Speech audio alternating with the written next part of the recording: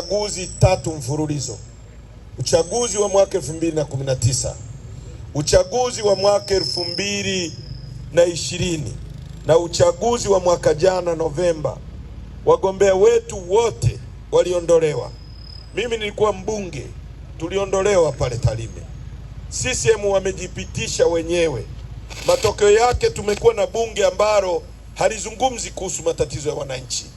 Ni bunge ambalo nyie mnahangaishwa na saigaswi na michango, wakati fedha zenu zinachezewa kwa kitu kinaitwa sijui goli la mama, sijui viduku, sijui vigodoro. Pesa za wananchi zinachezewa, wakati wananchi hawa hawana elimu nzuri, hawana maeneo ya watoto wao kusomea.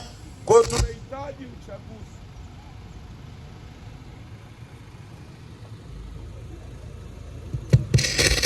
uchaguzi utakaotuwezesha kushindana.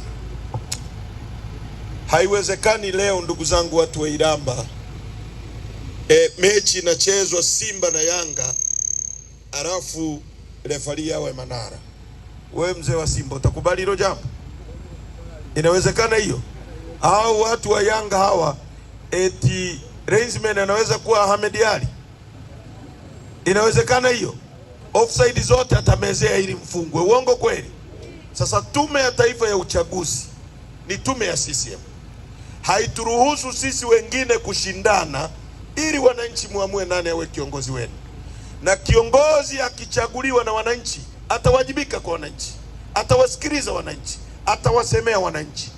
Leo mkoa wa Mara, mimi natoka Tarime, tuna mgodi, tuna mbuga za wanyama, tuna maji, ziwa Victoria liko hapa, lakini watu wetu ni maskini. Hakuna sauti ya mbunge bungeni, hakuna rais anayesikiliza mambo haya, kwa sababu hamjawachagua hao watu.